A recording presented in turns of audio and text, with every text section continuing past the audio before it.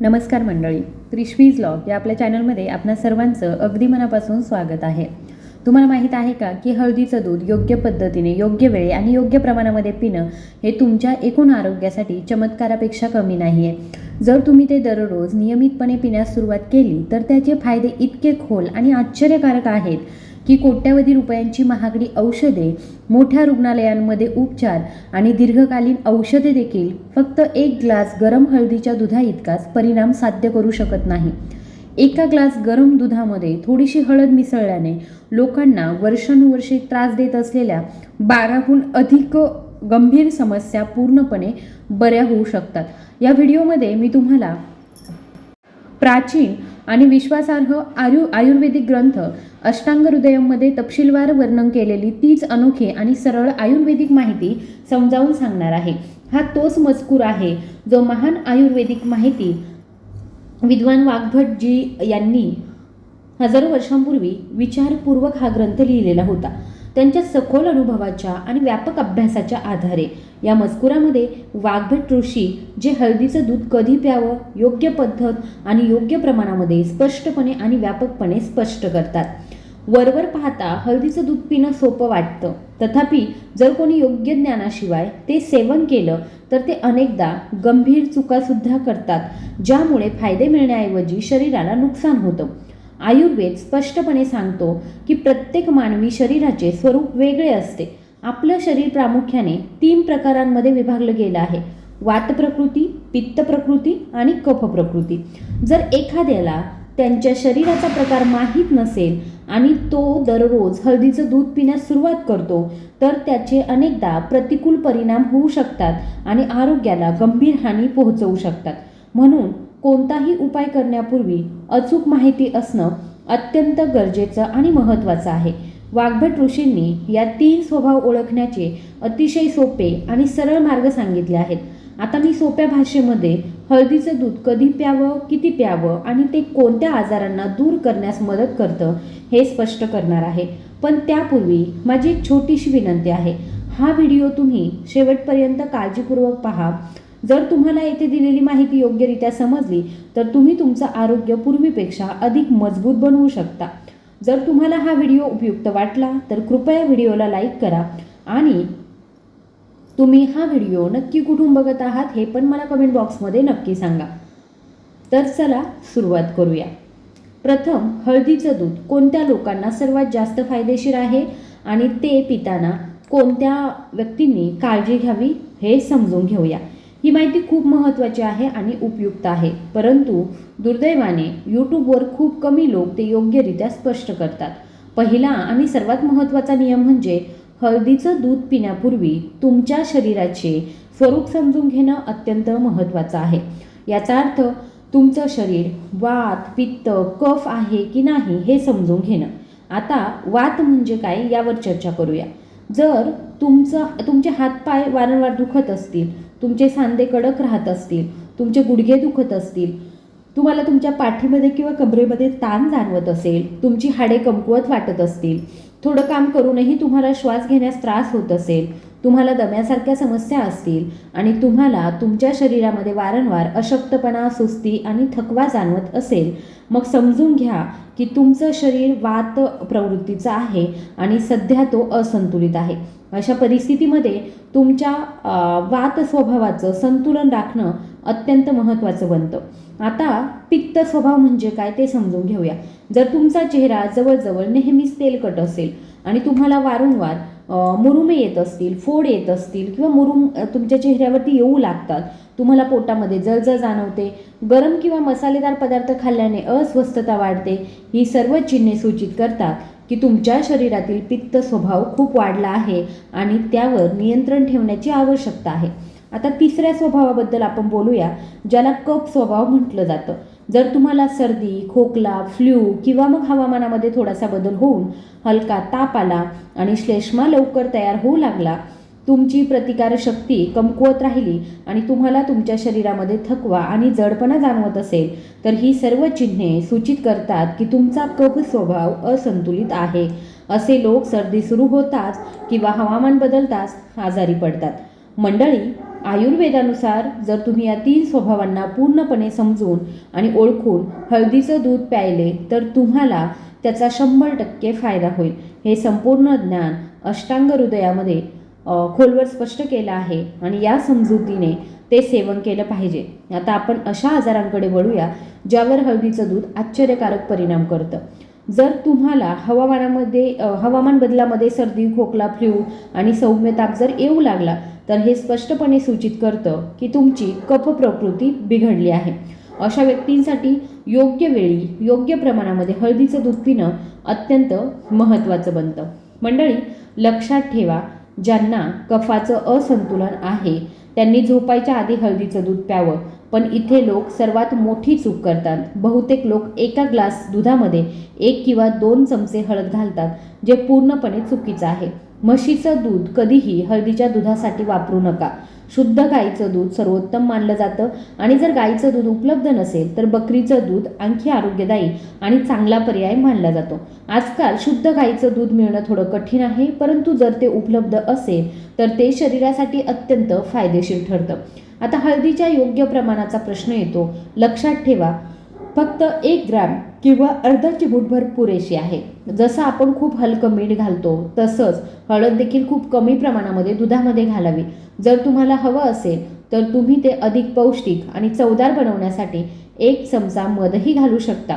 जर तुमची समस्या अधिक गंभीर असेल तर त्यात अर्धा चिमूटभर काळी मिरी टाकल्याने आश्चर्यकारक परिणाम होतो आणि या मिश्रणामध्ये फक्त एका रात्रीत सर्दी, खोकला, फ्लू आणि ताप यांसारखी लक्षणे पूर्णपणे काढून टाकण्याची शक्ती येते.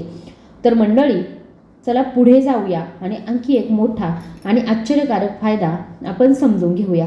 हळदीचं दूध पिल्याने इतर गंभीर आणि दीर्घकालीन समस्या दूर होण्यास मदत होऊ शकते. बरेच लोक आपल्याला वारंवार विचारतात की आपण दिवसातून 8 ते 10 रोट्या सहज खातो तरीही आपलं वजन अजिबात वाढत नाही. दुसरीकडे काही लोक असंही म्हणतात की मी फक्त 1च रोटी खातो तरीही माझ्या शरीरातील चरबी वाढत राहते आणि लठ्ठपणा थांबवता येत नाही. असं का घडतं? याचं सर्वात मोठं कारण म्हणजे आपल्या शरीरातील बिघडलेलं चयापचय. जेव्हा आपल्या शरीराचे चयापचय योग्यरित्या कार्य करत नाही तेव्हा आपल्या अन्नातील कॅलरीज योग्यरित्या बर्न होत नाहीत. जेव्हा कॅलरीजचा पूर्णपणे वापर केला जात नाही तेव्हा शरीराची ऊर्जा प्रणाली हळूहळू विस्कळीत होते. यामुळे काही लोकांचं वजन अजिबात वाढत नाही तर काहींना इतक्या वेगाने वजन वाढतं की काय करावं ते समजणं कठीण होतं. आणखी एक मोठा तोटा म्हणजे उठल्यावर पोट पूर्णपणे साफ होत नाही, ज्यामुळे बद्धकोष्ठता होते, जडपणा येतो, गॅस, आळस आणि थकवा दिवसभर टिकून राहतो. तसेच चिडचिडेपणा येतो. आता प्रश्न उद्भवतो, हळदीचं दूध कसं मदत करतं? ही पद्धत खूप सोपी आहे आणि तुम्ही ती काळजीपूर्वक समजून घेतली पाहिजे. झोपण्यापूर्वी 1 ग्लास कोमट शुद्ध गाईचं दूध प्या. कोणत्याही आयुर्वेदिक दुकानामध्ये सहज उपलब्ध असलेलं 1 चमचा त्रिफळा पावडर घाला आणि अर्धा चिमूटभर घरी बनवलेली हळद घाला. लक्षात ठेवा की घरी बनवलेली सुकी आणि बारीक केलेली हळद ही सर्वोत्तम मानली जाते, कारण आजकाल बाजारामध्ये उपलब्ध असलेल्या हळदीमध्ये भेसळ आणि कृत्रिम रंग देणं सामान्य आहे. जर तुम्ही 2 आठवडे दररोज रात्री हा उपाय केला तर तुमचं पोट दररोज सकाळी पूर्णपणे स्वच्छ होईल, तुमच्या शरीराला योग्य पोषण मिळेल आणि तुमची ऊर्जा पातळी दिवसेंदिवस वाढत जाईल. हळूहळू तुम्हाला त्याचे परिणाम स्पष्टपणे दिसतील. जे लोक 8-10 भाकरी खातात आणि तरीही त्यांचं वजन वाढत नाही असं म्हणायचे, त्यांचं वजन हळूहळू वाढू लागेल. आणि जे लोक लठ्ठपणाची काळजी करत होते त्यांना वाटतं की आम्ही फक्त एखादीच भाकरी खातो आणि तरी पण आमचं पोट फुगतं, त्यांचं वजन कमी होऊ लागेल. पण मंडळी, हे काळजीपूर्वक समजून घेणं तितकंच महत्त्वाचं आहे की फक्त हळदीचं दूध पिणं पुरेसं नाही. सकाळी उठून प्राणायाम, चालणं, हलका व्यायाम किंवा जॉगिंग करणं देखील तितकंच महत्त्वाचं आहे. जर शरीराला दररोज थोडीशी हालचाल होत नसेल तर कोणताही उपाय पूर्णपणे प्रभावी होणार नाही आणि त्याचे फायदे अर्धे होतील. आता तिसऱ्या मोठ्या फायद्याबद्दल आपण जाणून घेऊया. जर तुम्हाला वात संबंधित समस्या असेल, मग ती किरकोळ असो वा जुनाट, तर हळदीचं दूध हा एक रामबाण उपाय असेल. जसं आपण आधी स्पष्ट केलं आहे, जर तुम्हाला गुडघेदुखी, सांधे कडक होणं, सतत हाडांचा कमकुवतपणा, सतत पाठ आणि कंबर दुखत राहणं, चालण्यास त्रास होणं किंवा संधिवात यासारख्या समस्या असतील आणि सतत थकवा जाणवत असेल तर हे स्पष्ट लक्षण आहे की तुमचा वातदोष वाढला आहे. अशा परिस्थितीमध्ये हळदीचं दूध एक अतिशय प्रभावी आणि विश्वासार्ह उपचार मानला जातो. तथापि ते पिण्याची पद्धत देखील तितकीच महत्त्वाची आहे. झोपण्यापूर्वी 1 ग्लास शुद्ध गाईचं दूध घ्या. त्याच्यामध्ये अर्जुनाची साल खूप कमी प्रमाणामध्ये म्हणजे अर्ध्या चमचापेक्षा कमी अंदाजे 1 ग्रॅम घाला. तुम्हाला कोणत्याही आयुर्वेदिक दुकानामध्ये किंवा किराणा दुकानामध्ये अर्जुनाची साल सहज मिळेल. आता हे दूध मंद आचेवरती उकळून घ्या जोपर्यंत त्याचं प्रमाण 1 ग्लासपासून अर्धा होत नाही तोपर्यंत. त्यानंतर अर्धा चिमूटभर शुद्ध घरगुती हळद आणि फक्त 1 थेंब शिलाजीतचा रस घाला. मंडळी, हा उपाय इतका प्रभावी आहे की जर तुम्ही सलग 7 दिवस हे केलं तर संधिवात, सांधेदुखी, गुडघेदुखी, पाठ आणि कंबरदुखी लवकर कमी होऊ लागते. यासोबतच शरीरातील कमकुवतपणा आणि थकवा यामध्ये लक्षणीय सुधारणा होते आणि चालणं सुद्धा सोपं होतं. आता आपण चौथ्या आणि अतिशय खास फायद्याबद्दल जाणून घेऊया, जो विशेषतः पुरुषांच्या आरोग्याशी संबंधित आहे. आजचं वेगवान जीवन आणि विस्कळीत दैनंदिन दिनचर्या यामुळे बरेच लोक वेळेवर झोपू शकत नाही. काही जण त्यांच्या मोबाईल फोनमध्ये व्यस्त असतात, तर काही जण लॅपटॉपवर काम करतात आणि रात्री 12, 1 किंवा 2 वाजेपर्यंत जागे राहतात. फक्त 9-10 आणि मग सकाळी ते 9-10 वाजता उठतात.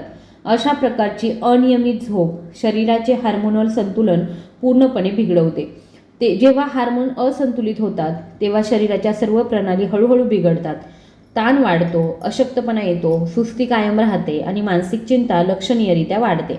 बरेच लोक रात्री अयोग्य आणि अशुभ गोष्टी पाहण्यात घालवतात, ज्यामुळे शरीराची ऊर्जा अनावश्यक कमी होते, ज्यामुळे मज्जातंतूच्या समस्या आणि अंतर्गत कमकुवतपणा येतो.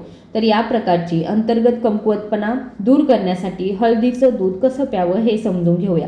झोपण्यापूर्वी 1 ग्लास कोमट गाईचं दूध प्या. अर्धा चिमूटभर शुद्ध घरगुती हळद घाला आणि ते चांगलं मिसळा. आता 1 किंवा 2 खजूर घाला. ज्यांना पित्त जास्त आहे त्यांनी फक्त 1 खजूर घालावी, तर सामान्य पित्त असलेला लोक 2 खजूर घालू शकतात. हे दूध सुमारे 5 मिनिटे झाकून राहू द्या आणि नंतर ते हळूहळू प्या.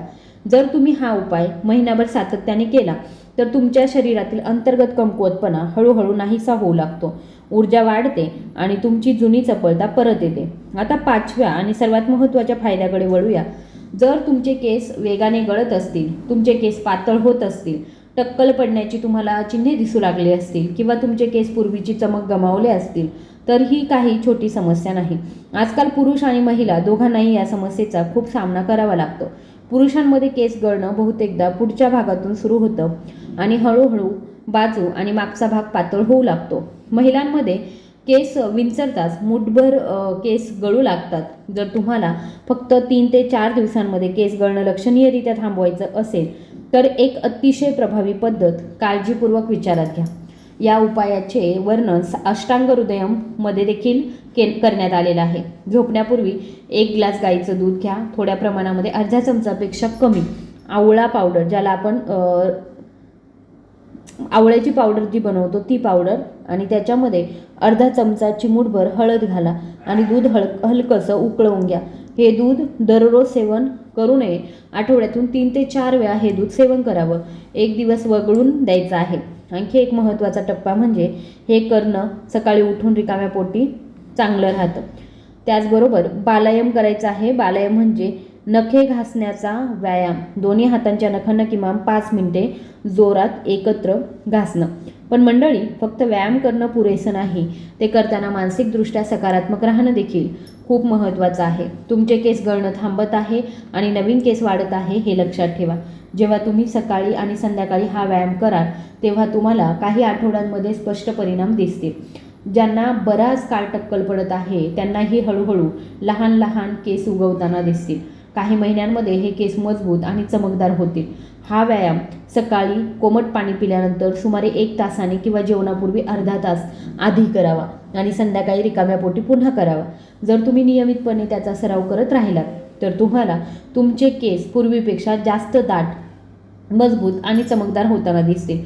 जर तुम्हाला हा व्हिडिओ आवडला असेल, उपयुक्त वाटला असेल, तर कृपया हा व्हिडिओ तुमच्या कुटुंबियांसोबत, मित्रमैत्रिणींसोबत शेअर करा आणि अशाच आरोग्यविषयक माहितीसाठी आपल्या चॅनलला सबस्क्राईब करायला विसरू नका. धन्यवाद.